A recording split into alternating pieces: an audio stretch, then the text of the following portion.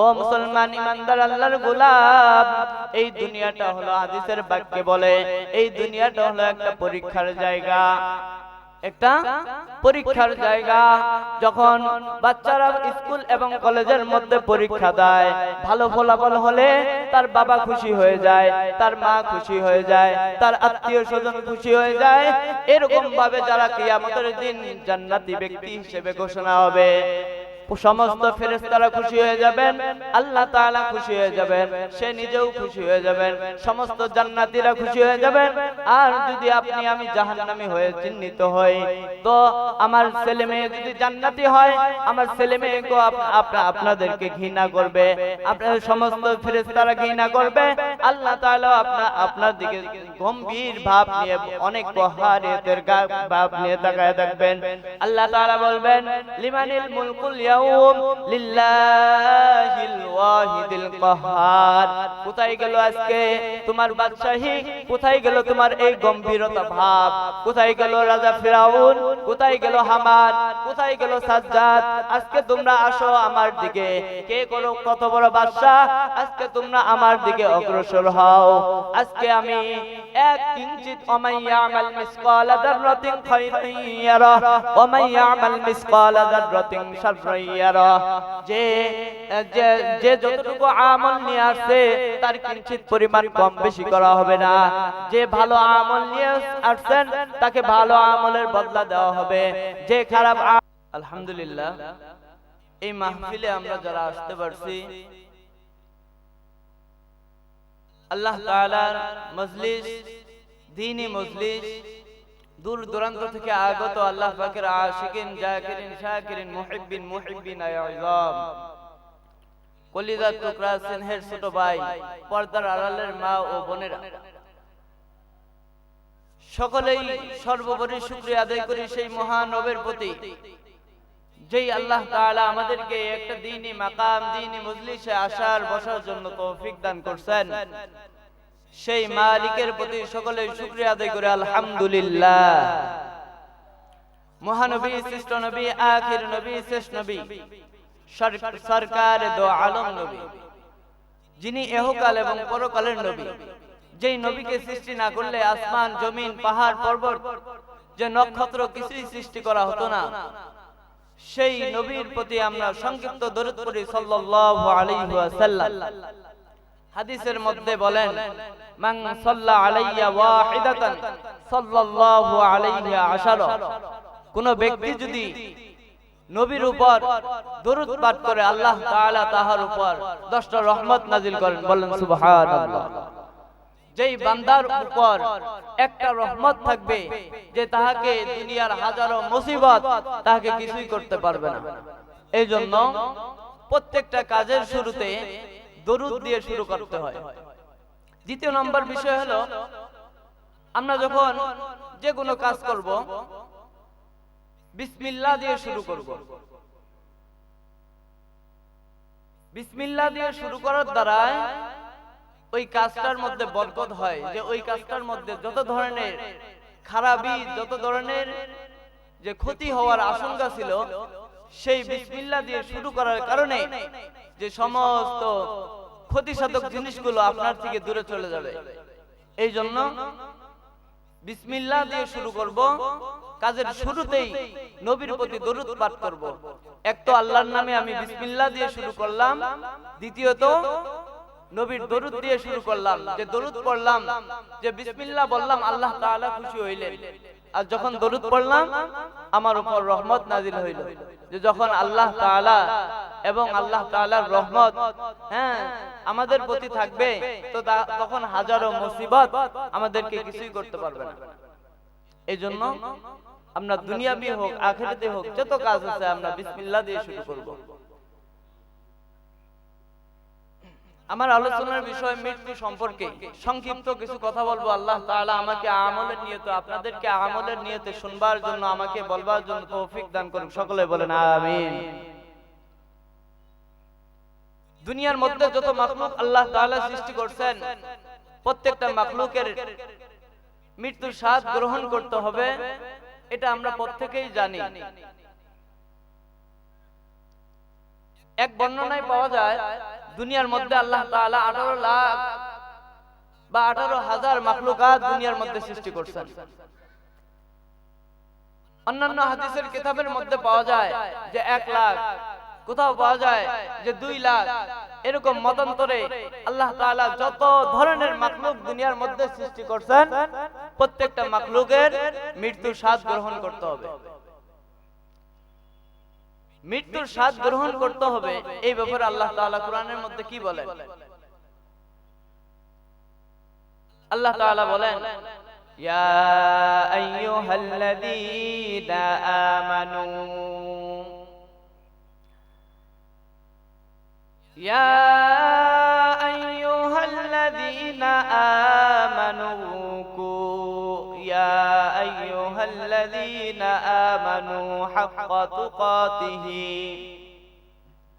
ওয়ালা তামুতুন্না ইল্লা ওয়া আনতুম মুসলিমুন। আল্লাহ তাআলা বলেন, হে ঈমানদার বান্দারা, হে আমার মুমিন বান্দারা, তোমরা যারা মুসলমান দাবি করো, তোমরা যারা নাম দিয়েছো আমি মুসলমান, অবশ্যই তোমাদের উদ্দেশ্য করে আমি আল্লাহ তাআলা বার্তা পাঠিয়ে দিলাম, ঘোষণা দিয়ে দিলাম, ইয়া আইয়ুহাল্লাযীনা আমানু, হে ঈমানদার বান্দারা তোমরা ভালো করে শুনে নাও, হাক্কা তুকাতিহি ওয়ালা তামুতুন্না ইল্লা ওয়া আনতুম মুসলিমুন, পরিপূর্ণ মুসলমান না হইয়া আমার ডাকে সাড়া দিও না। আমরা মনে করি মুসলমানের ঘরে জন্ম নিলেই মুসলমান হওয়া যায়, মুসলমানের ঘরে জন্ম নিলেই মুসলমান হওয়া যায় না, কালিমা বললেই মুসলমান হওয়া যায় না, মুসলমান দাবি করলেই মুসলমান হওয়া যায় না। বরং মুসলমান ওই সমস্ত ব্যক্তিদেরকে বলা হয় যাহার চলা, যাহার ফিরা, যাহার খাওয়া, যাহার উঠা বসা সব হবে আল্লাহ এবং আল্লাহর রাসূলের তরিকায়। কথা বলেন ঠিক না বেঠিক? ও মুসলমান ইমানদার আল্লাহর গোলাম, আল্লাহ তাআলা আমাদেরকে বলতেছেন তোমরা পরিপূর্ণ মুসলমান না হইয়া অন্ধকার কবরে আসিও না। যদি আমরা মুসলমান না হইয়া কবরে যাই, আমাদের এরকম আযাব, এরকম শাস্তির কোনো অভাব থাকবে না। এই জন্য আগে পরিপূর্ণ মুসলমান হইতে হবে, পরিপূর্ণ ঈমানদার হইতে হবে।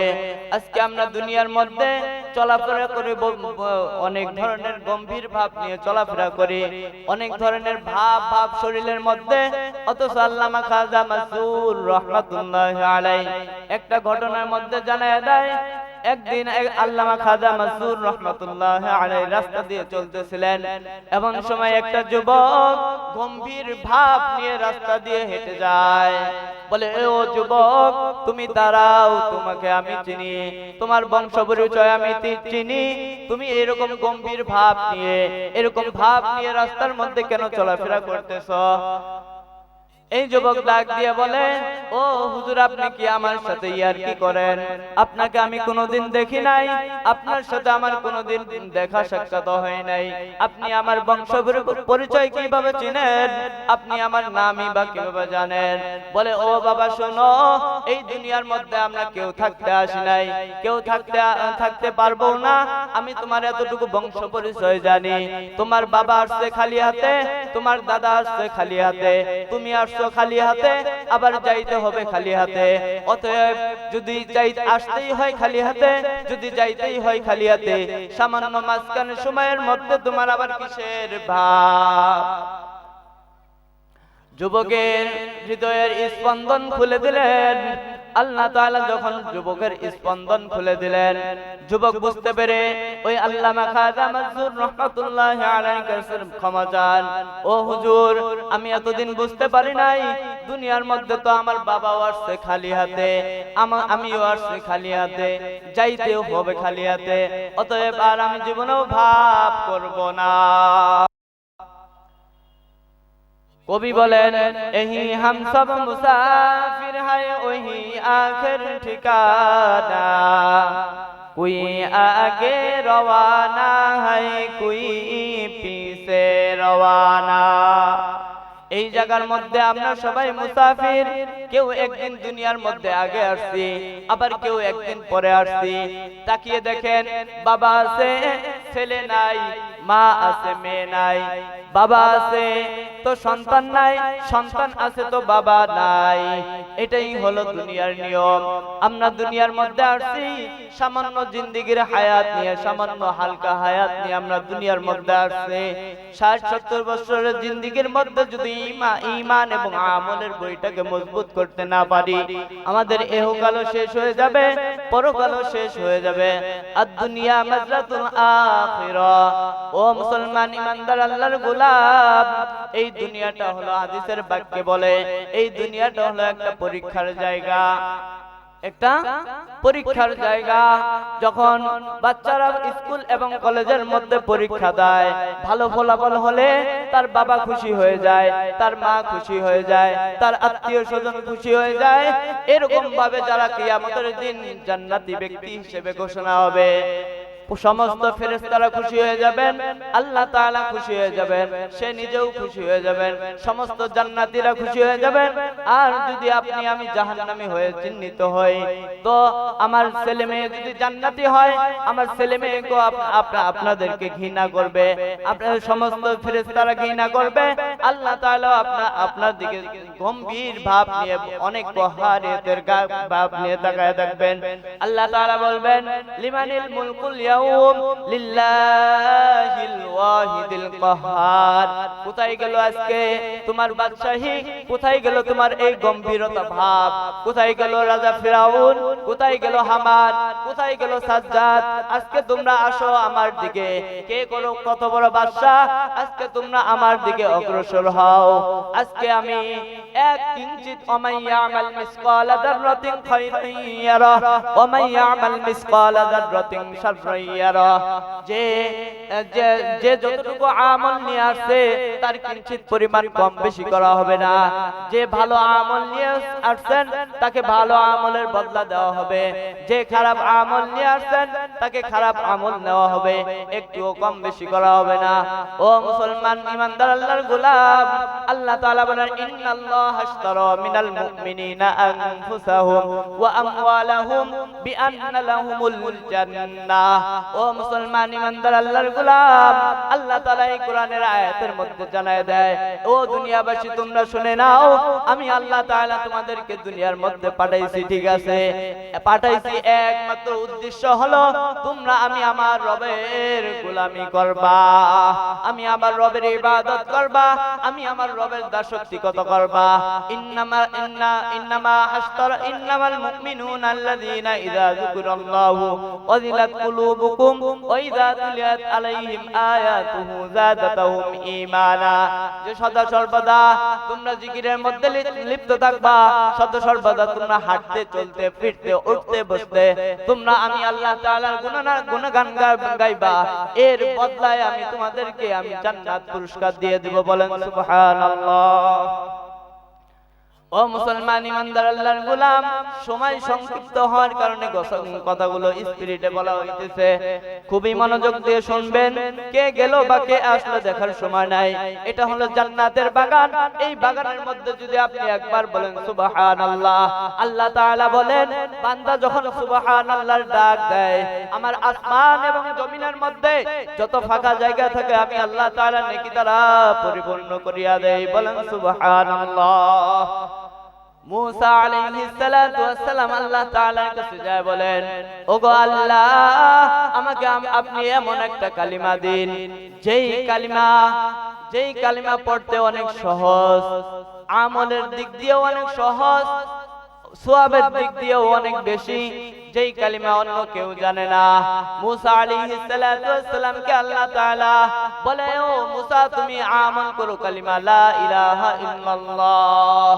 মুসা আলাইহিস সালাতু ওয়াস সালাম আল্লাহ তাআলাকে ডাক দিয়ে বলেন, ও মালিক, এই কালিমা তো সবাই জানে, আমি আপনাকে তো এইরকম কালিমা, আপনার কাছে এরকম কোন কালিমা চাই নাই। আল্লাহ তাআলা বলেন, ও মুসা, তুমি কি এই কালিমা সম্পর্কে তুমি জানো?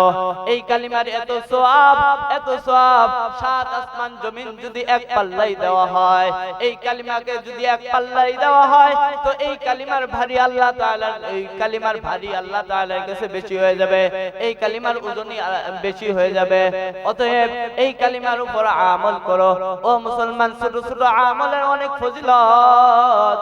যদি আপনি আবার একবার সুবহানাল্লাহ ডাক দেন, যে জান্নাতের মধ্যে একটা গাছ হয়ে যায়, যেই গাছের ফল আপনি যখন জান্নাতের মধ্যে প্রবেশ করবেন, সেই গাছের ফল আপনি ভক্ষণ করবেন।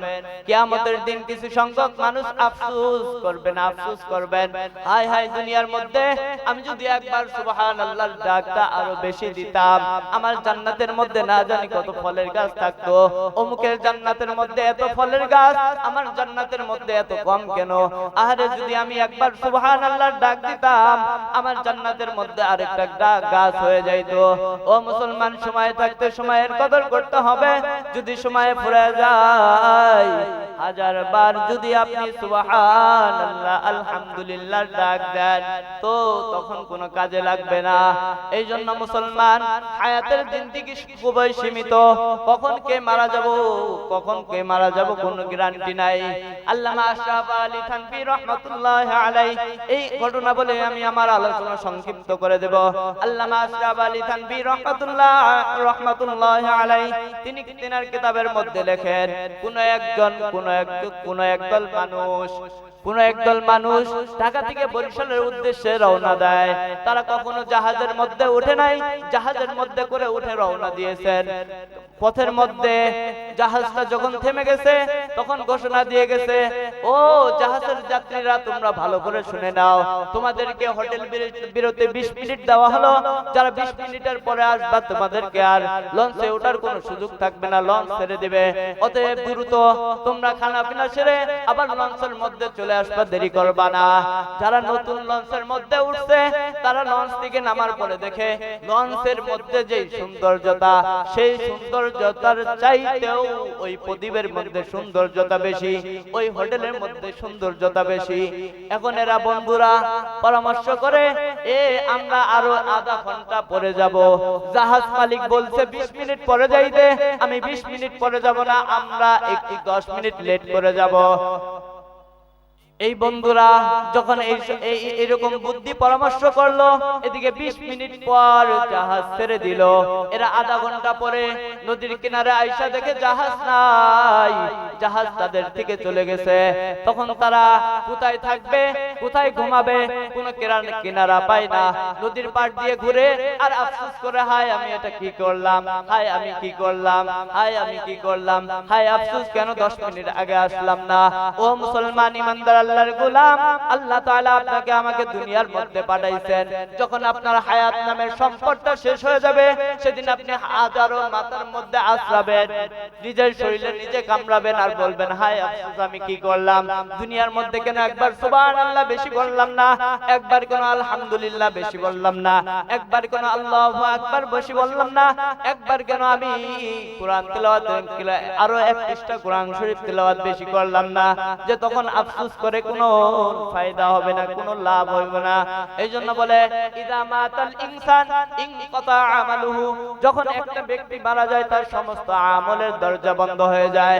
ও মুসলমান ইমানদার আল্লাহর গোলাম, যদি আমলের দরজা বন্ধ হয়ে যায়, আপনি যখন মারা যাবেন, আপনার রূহটা ঘোরাফেরা করবে, সবাই দেখবে, সবাইকে আপনি দেখবেন, কিন্তু আপনার রুহাজারি, আপনার কান্নাকাটি কেউ শুনবে না, আপনার রুহাজারি করেও লাভ হবে না।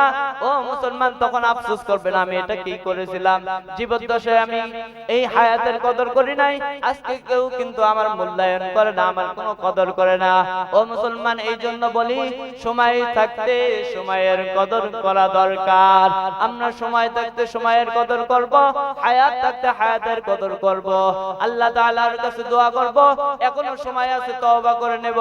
আয় আল্লাহ, আমাদেরকে আপনি maaf করে দেন। আয় আল্লাহ, প্যান্ডেলের মধ্যে যারা বসে আছেন, তাদেরকে maaf করে দেন, এখনো সময় আছে, আমরা খাঁটি তওবা করে নেব। আল্লাহ রাসূল সাল্লাল্লাহু আলাইহি ওয়াসাল্লাম বলেন, আত-তাইবু যামবি কামান লা যামবা লাহু, তওবাকারী ব্যক্তি এমন, একটা সন্তান যখন মায়ের গর্ভ থেকে দুনিয়ার মধ্যে ভূমিষ্ঠ হয়, ওই সন্তানটার যখন ওই সন্তানটার যেমন কোনো গুনাহ থাকতে পারে না। একটা সন্তান, একটা মানুষ যখন আল্লাহ তাআলার কাছে খাঁটি তওবা করে, যে ওই ব্যক্তিটারও কোনো গুনাহ বাকি থাকে না। এই জন্য আমরা খাঁটি তওবা করব। আল্লাহ তাআলা বলেন কিভাবে তওবা করবেন? ইয়া আইয়ুহাল্লাযীনা আমানু তুবু ইলাল্লাহি তাওবাতান নাসুহা। হে ঈমানদার বান্দারা, তোমরা এখন তওবা করবে, একটু পরে ভেঙে ফেলবা, এরকম তওবা করিও না। ইসলামের মধ্যে যদি প্রবেশ করতে হয়, ইয়া আইয়ুহাল্লাযীনা আমানু ফিস সিলমি কাফা, তুমি পরিপূর্ণভাবে প্রবেশ করো। তুমি জিকির করবা, নামাজ পড়বা না, নামাজ পড়বা জিকির করবা না, এই ভণ্ডামি ইসলামের মধ্যে চলবে না। তুমি নামাজও পড়বা, সুদও খাবা, এই ভণ্ডামি ইসলামের মধ্যে চলবে না। তুমি হালালও খাবা, সাথে হারাম মিশ্রয় খাবা, এই ভণ্ডামি ইসলামের মধ্যে চলবে না। আল্লাহ বলেন ইয়া আইয়ুহাল্লাযীনা আমানু ফিস সিলমি কাফা, তুমি যদি ইসলামের মধ্যে প্রবেশ করো তো পরিপূর্ণভাবে প্রবেশ করো। আবার আরেক আয়াতে আল্লাহ তাআলা বলতেছেন, হে ঈমানদাররা, তোমরা যদি তওবা করো, তুবু ইলাল্লাহি তাওবাতান নাসুহা, এমন ভাবে তওবা করো ওই গুনাহ তুমি আর জীবনেও করবা না, ওই গুনাহ আর জীবনেও করবা না। যদি এইভাবে খাঁটি তওবা করতে পারেন, এইভাবে যদি খাঁটি তওবা করতে পারেন, একটা মায়ের কুল থেকে যখন, একটা মায়ের পেট থেকে যেমন একটা সন্তান হয় নিষ্পাপ, এরকম নিষ্পাপ আল্লাহ তাআলা বানায় দিবেন। ও মুসলমান ঈমানদার আল্লাহর গোলাম, এই জন্য আমরা দিলে দিলে খাঁটি তওবা করে নেব, আর গুনার কাজ করব না।